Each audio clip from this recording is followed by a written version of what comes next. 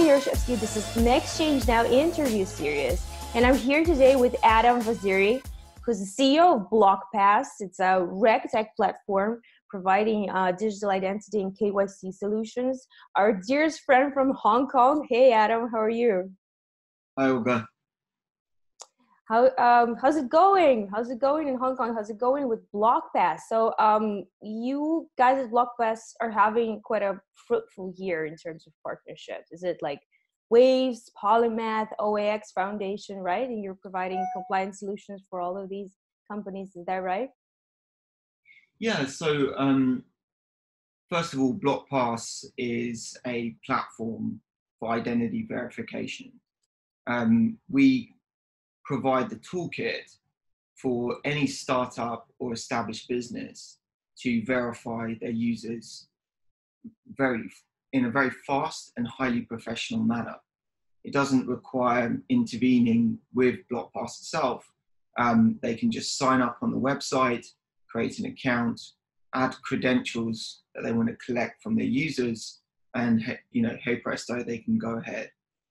So it's very much, on the one hand, a scalable software as a service model, but on the other hand, we do have strategic partnerships. And those strategic partnerships are when you have, for example, a blockchain such as Waves that wants to introduce on their own blockchain an identity verification component, because blockchains themselves do not have identity in the sense of, yes, you do have a cryptocurrency address, but that is not necessarily linked to a real world identity. It said, Richard Brown, he said from R3, no one knows on Bitcoin if you're dealing with a fridge. So, it could be IoT behind an address, it could be a human behind an address, could be a company, or it could be, anything. So what Blockpass does is it links the identity of the person to their cryptocurrency address. And that is provided as a service, strategic partnership with other blockchains. So those are the types of partnerships that we work on. You mentioned Waves, that's one of them. Polymath, it's more individuals who want to invest in security tokens. They have to go through KYC with the issuer of the security token. And in order to do that, imagine that you were to buy IBM stock and then you were to buy stock from another company. With a security token, because you have a direct connection to the issuer, you have to do KYC with each one of the issuers. Whereas with Blockpass, the user would only need to do it once and then connect to the different issuers or security tokens with their identity. So it removes the essentially duplicative process that arises when you have things like security tokens that creates a direct link between the asset itself and the user and the requirement for KYC. So it makes let's focus on STOs a little bit, because that's the main topic of the Block O2O event that you're taking part in. Why do you think it's even important to stick to KYC rules when operating with STOs in 2019? Or with digital assets management, or with blockchains? Why is it important to make sure that there is an actual person behind that token or behind that account? A security token is a cryptocurrency asset that is regulated. Now, it could come in many different forms. If the form of it is a share of a company, then shares of company are registered. So if I transfer a share from me to you, then the company needs to register your name on the share register. So you need to be identified with the issuer of that share. Just because it's in a digital form doesn't change that requirement. And that is the case in many countries in the world.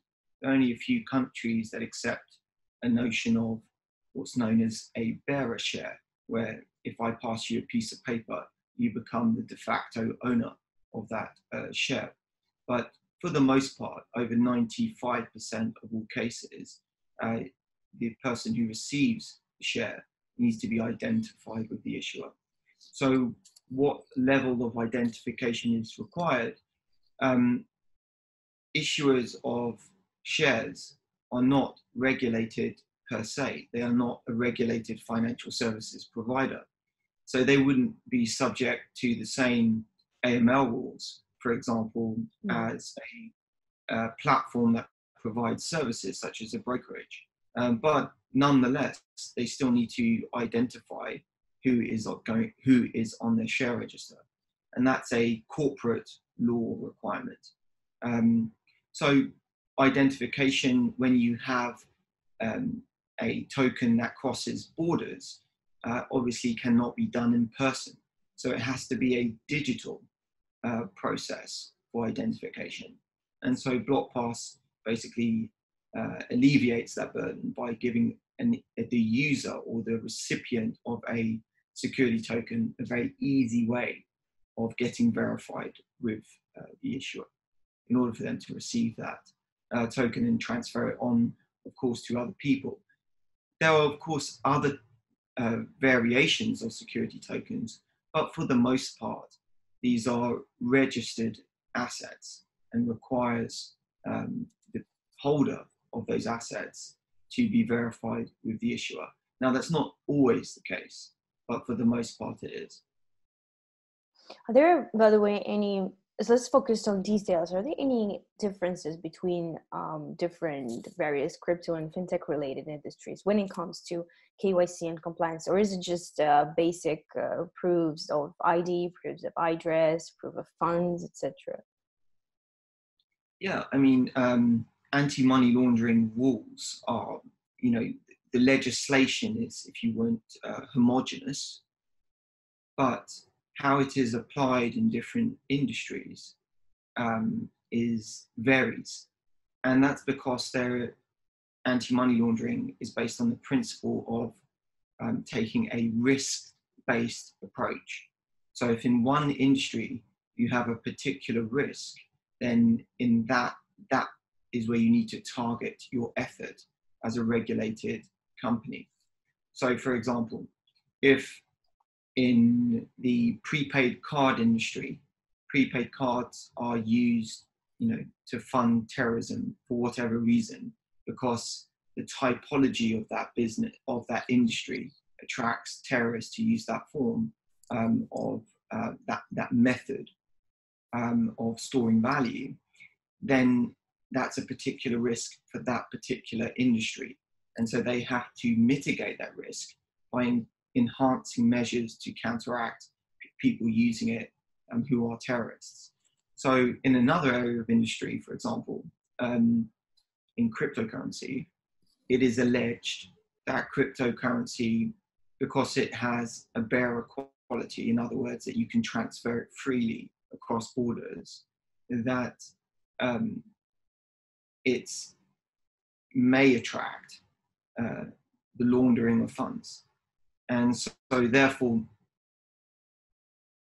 regulated businesses that are interacting with those cryptocurrencies need to spend a little bit more time identifying where those cryptocurrencies have come from. With the banking industry, because you have transactions that are happening between registered accounts, when a bank wants to check the source of funds of one of its customers, it can establish that quite easily because the account is in the name of that person, and funds that are entering into that account, they are somewhat traceable.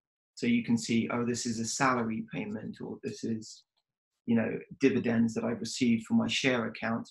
In some respect, it's a lot easier to determine the source of funds of a particular customer. Whereas with cryptocurrency, because there is no registered cryptocurrency account, that there is no such thing. And that, well, you can, of course, register an account, and that would be having an account with an exchange or Coinbase where they're storing the cryptocurrency for you. But even there, you can't really determine whether the funds being entered into that account are actually from the persons that the customer is saying it's from. So they say it's from a salary payment, but it may not be the case. And so the result is that the regulated person now needs to look on the blockchain to determine the level of risk associated with the transactions that they're receiving. So what I'm trying to say is that every industry has a different risk profile. And so AML rules are homogeneous legislation and penalties, but the application of that legislation is on a risk-based approach and changes according to each industry. So whether it's in fintech or prepaid cards or cryptocurrency, the risk-based approach mandates a different approach. Yeah, but still, I think, I don't know if I'm right with the numbers, but from like 70 to 90% of money laundered are actually laundered in cash, but not in crypto. Yeah, that's correct. Of course, cash is a very, it is a bearer instrument. We talked a little bit about bearer instruments. Cash is the first and most pervasive bearer instrument in the world. If I take $1 and I hand that physical note to you, then you are the de facto owner of that dollar. And as we know, there is a lot of cash in circulation, especially when it comes to the US dollar. So all you need to do to move value from one side of the world to the other is get a truck and drive it with US dollars in it. And, that's, of course, it's the most prevalent form of money laundering due to how ubiquitous the US dollar is, how ubiquitous cash is, and how easy it is for it to be received. Not everyone is willing to accept Bitcoin, but most people in the world are willing to accept US dollars. So exactly. for a money launderer, US dollars are much more, a much better target for them. Right. Is there even a unified KYC standard for, let's say, fintech, blockchain related and based projects? Because as far as I know, a KYC standard has been one of the challenges of the whole industry, the whole verification process. As I mentioned previously, know your customer, in fact, derives from AML legislation, which is talking about the identification of customers and the verification of the information provided by the customer. And that stems from the legislation itself. And that legislation comes from a Paris body called the Financial Action Task Force. So they determine policy at if you want, supranational level, and then each country puts in place the legislation for that. And so this notion of identifying and verifying, so identifying through provision of information of the customer, and then verifying that information against independent, reliable sources, that derives directly from the policy and the legislation. So is there a KYC standard? Yes, there is. It's written down in black and white. But as it is not prescriptive, it is not saying how you should verify the information provided by a customer. It is just saying that you must verify it against independent and reliable sources. It's not saying how that should be done. And so each country may have a somewhat different interpretation of how that should be done. So in some countries, it may be fine to receive information from a person, which may be like their name and their date of birth, and then to verify that against an electoral roll, because an electoral roll would contain the name of a person, or to verify that even against a government database as being a reliable and independent source. So, the legislation is not trying to be prescriptive, because technology can change. The way that we can identify and verify people may change over time. And also it changes according to each country as well. And you find that there are industry trends that are becoming more and more acceptable. Like the most regulated industry probably is banking. And probably the most tightest of regulations when it comes to onboarding customers. And so in most countries, there is a requirement to actually meet with your customer in person. I mean, which sounds, in my mind, completely crazy, because people consume financial services across borders now. They don't, wouldn't go and meet with their banker. And in fact, they don't probably have a banker. So this notion of actually physically meeting a banker is not really in sync with modern life. But that said, the way that banks are modernizing the onboarding is to allow for a meeting to take place, but that is done over video.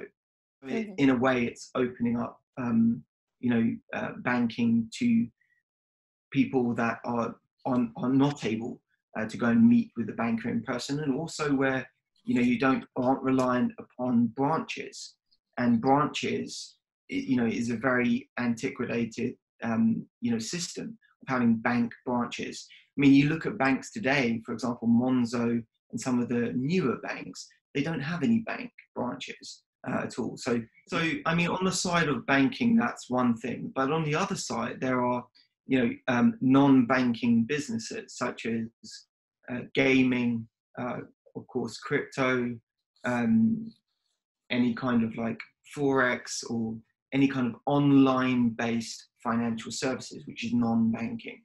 For those services, it's a lot more flexible, the process of identification and verification.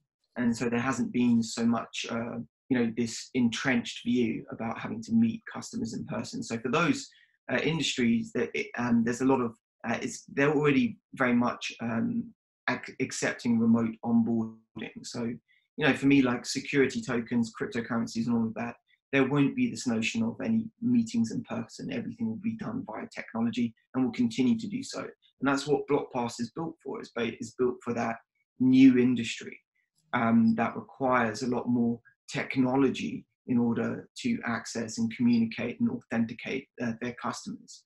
So we're not building technology for the old industry, we're building it for the new one, to making sure that everything can be kept up to date and compliant.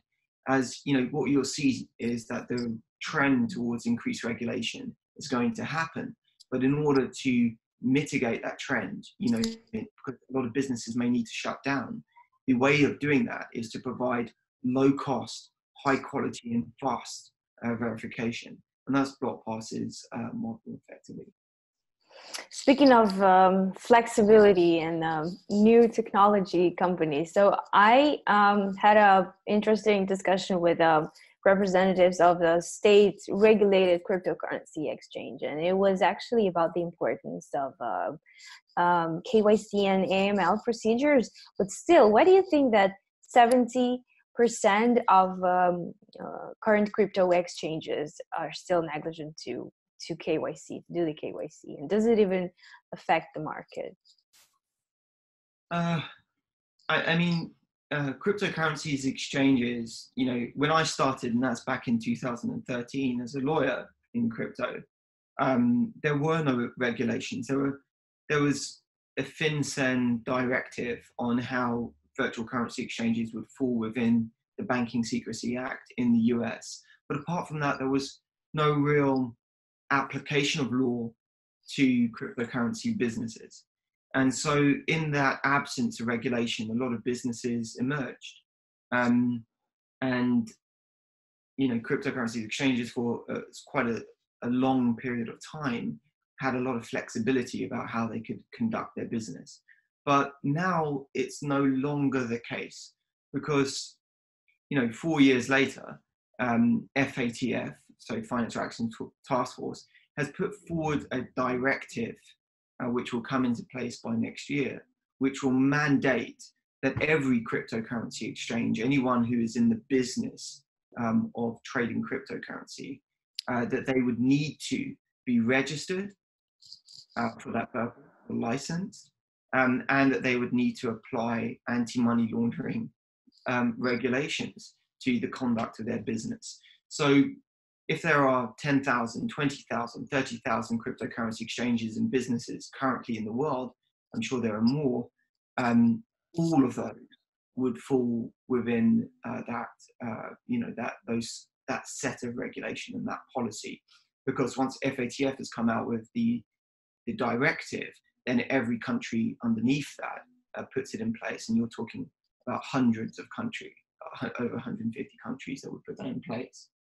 So the fact that today some cryptocurrency exchanges consider that they can still be flexible around the application of anti-money laundering regulations is just because those regulations have not bitten yet, and they will bite next year. And at that point, you know, this notion of flexibility will kind of dissipate, and everyone will accept that the new status quo for all cryptocurrency businesses is being regulated.